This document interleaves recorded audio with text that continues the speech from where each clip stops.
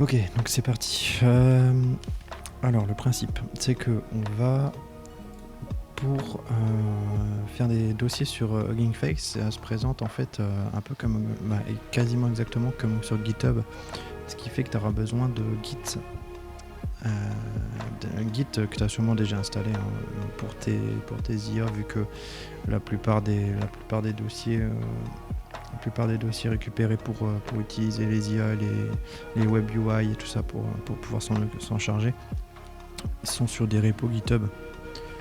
Et même pour mettre à jour, tu peux utiliser Git pour ça. C'est ce que je fais par exemple pour Stable Diffusion, tu peux récupérer les repos qui sont mis à jour et faire tes propres mises à jour toi-même.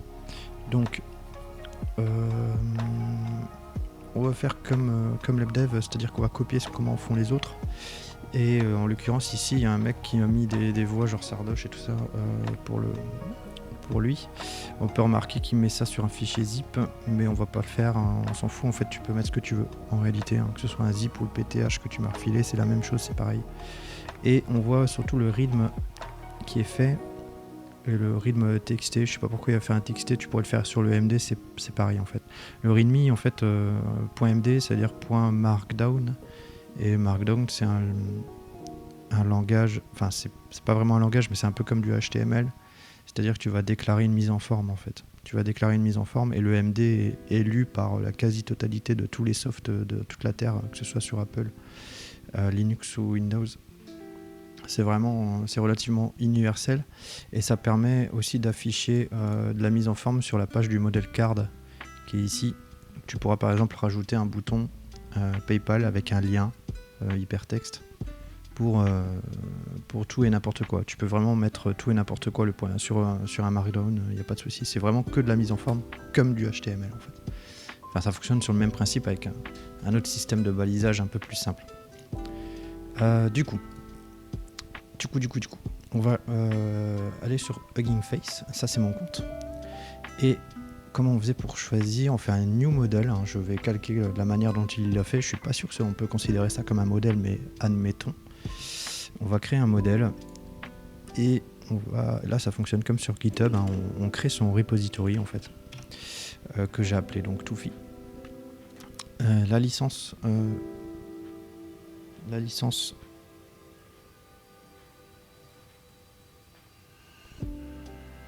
pardon, c'est parce que j'ai mes filles. La licence, on s'en fout, on va la mettre plus tard dans le readme en fait, directement. Et on va le laisser en public pour que tout le monde ait accès à ça. Sinon, tu peux le mettre en private pour, en l'occurrence, qu'il soit privé, quoi. Tout le monde ne puisse pas le voir. Mais là, en le mettant en public, tu vas pouvoir l'utiliser dans la barre de recherche. Voilà. Donc, il n'y a rien de plus simple. On crée. Ah, oui, forcément. Pour préparer ça, je l'avais déjà fait, en fait. Donc, on va mettre Touffi Formalou. Voilà. Hop, Touffi Formalou. Et le voilà, donc là le repo est créé, mais il n'y a rien dedans. Il y a juste le git attribute, c'est pas grave. On va donc utiliser git pour nous créer un nouveau dossier, là où ça nous intéresse, à partir du repo ici, et le lien sera plus ou moins déjà géré en fait entre les deux.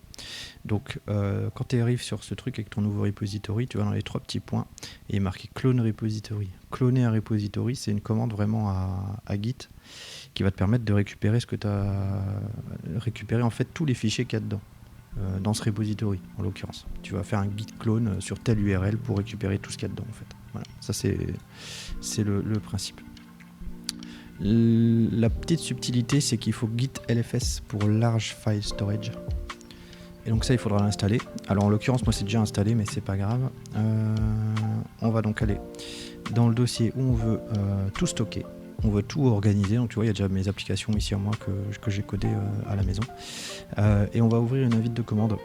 Donc pour ça rien de plus simple, hein, tu te situes dans le dossier code, je pars du principe que tu connais rien, t'as juste à cliquer dessus, tu tapes CMD et boum, ça ouvre un CMD, voilà.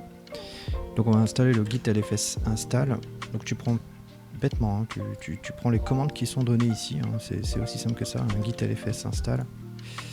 Mais ici, pouf, je vais juste fermer l'autre que j'avais déjà fait. Non, je vais garder au cas où.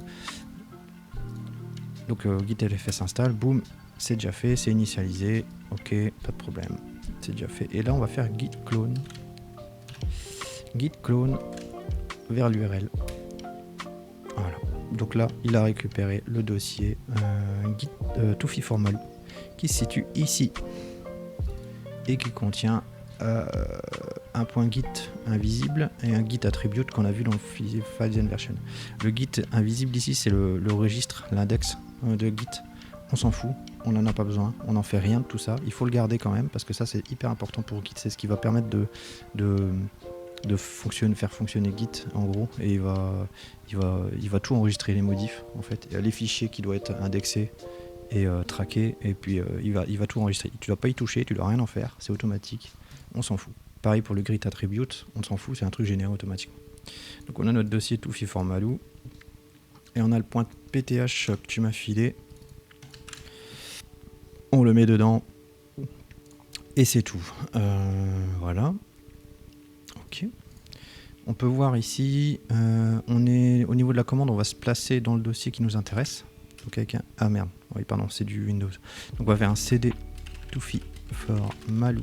Donc la commande cd, c'est pour aller vers le dossier qui nous intéresse. Voilà, on est dedans. On est bien dedans.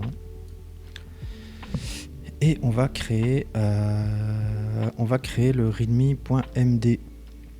Et pour créer le readme.md, j'ai dû me renseigner, c'est un type nul readme.md, je pense que c'est ça. Hop, j'ai pas toujours de tête. Eh bah oui, c'est ça. Voilà. Donc tu vois, on voit que le fichier readme.md a été créé. Ok, très bien. Voilà, on va l'ouvrir. Donc là, ça c'est un truc de... C'est Visual Studio Code, hein. C'est pour développer, il le fait automatiquement, mais on s'en fout. Qu'est-ce qu'on va faire pour ce readme.md? On va donc tout simplement récupérer, par contre, ça c'est hyper important pour Hugging Face, c'est ces trois petits tirets là, license, Apache, language, fr, fermeture des trois petits tirets. C'est un balisage YAML, on s'en fout, c'est vraiment pas important, mais apparemment il faut le faire, sinon tu as un message d'erreur sur le model card de ton repository. Donc on va le faire. Et en dessous, c'est le markdown à proprement parler. Donc par exemple, donc j'avais juste mis coucou en l'occurrence, mais si tu veux faire un truc spécial, on va voir une fois markdown titre. Hop.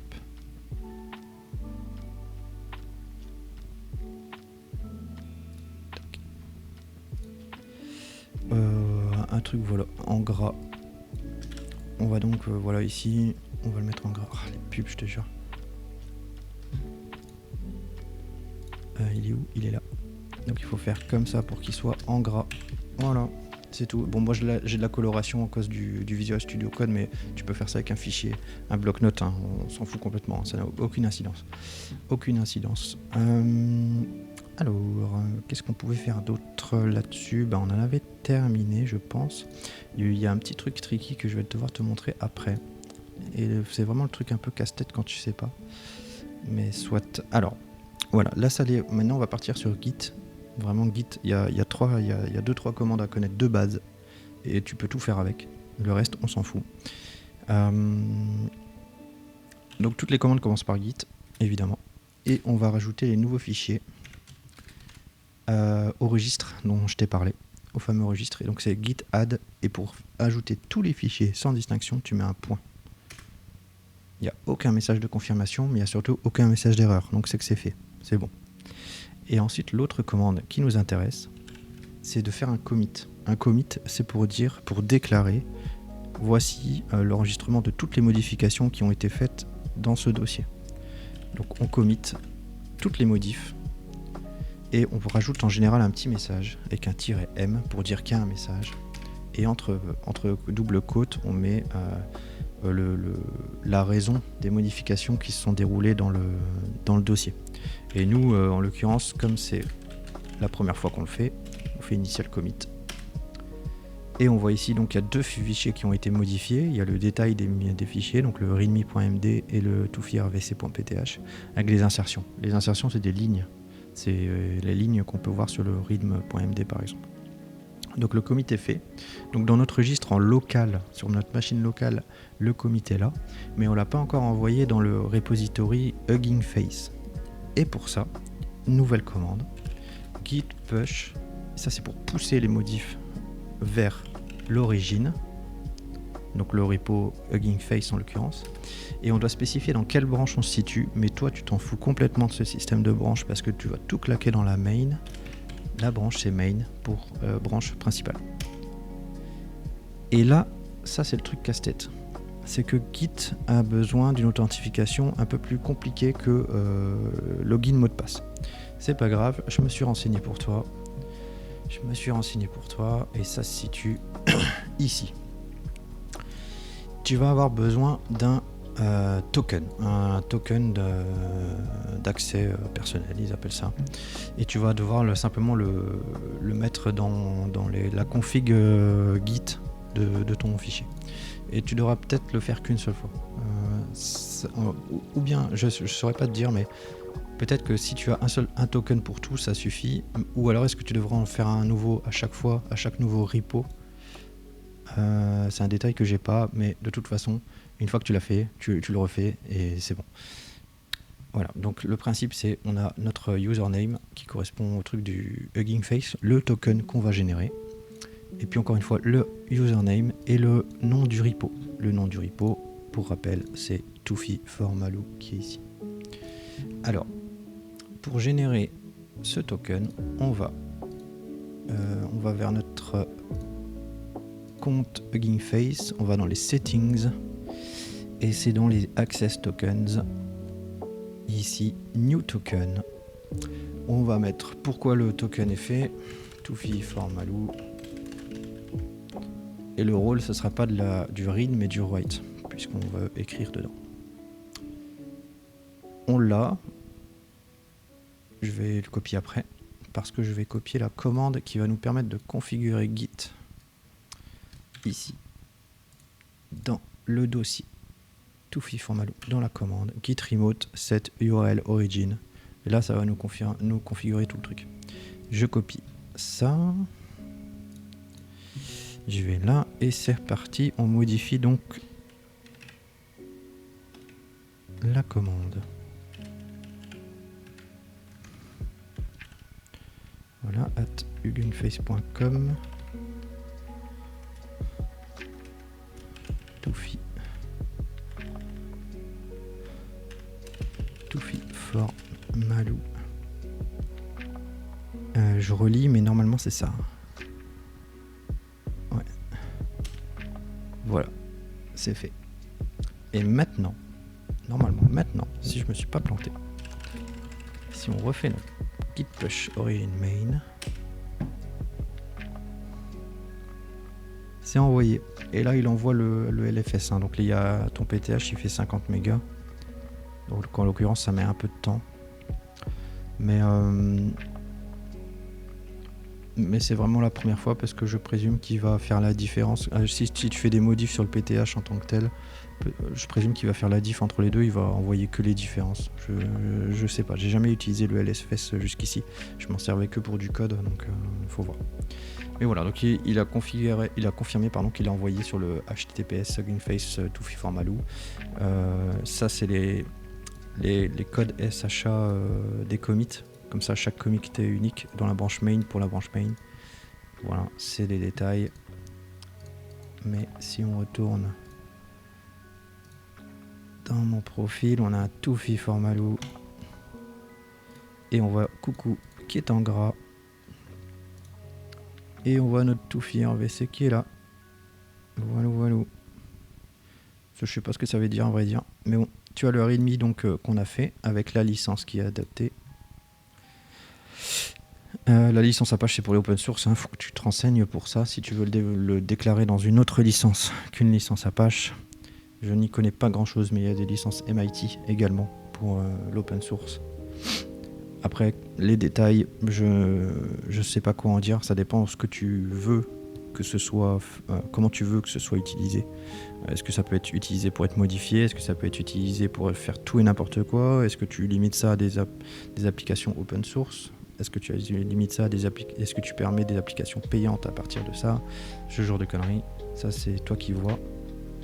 Mais on voit que le README a été mis comme il faut. Tu pourras mettre des images, tu pourras mettre tout ce que tu veux, expliquer c'est quoi, expliquer où est le truc, quoi. Et la licence a été mise à jour également ici en français, etc. Donc tout est fait automatiquement. Voilà, tu as trouvé le truc. Si jamais tu veux faire une modif, je sais pas moi, par exemple on va modifier coucou pour Malou. Hop. On a fait une modification dans notre dossier. On doit donc refaire un git add pour réenregistrer toutes les modifs qui ont été faites. Et puis on fait notre petit commit qui va bien. Updated readme.md. Boom. Tu vois, il a confirmé qu'il y a bien des modifs qui sont enregistrés et on a juste à repousser le délire. Hop. Et normalement, c'est mis à jour. Voilà, donc tu vois, faut le savoir. En gros, il y a 3-4 commandes à connaître. Hein, donc si on fait le tour, on a donc installé le git LFS, on a cloné le repo,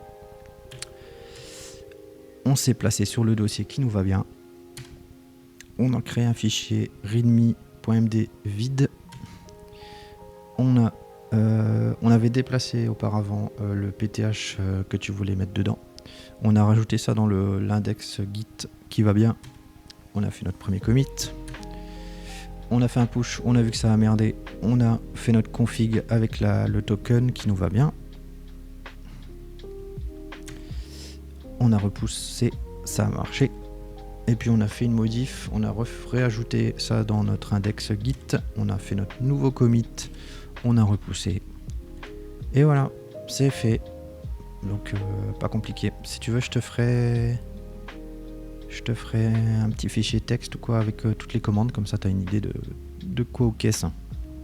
Bisous.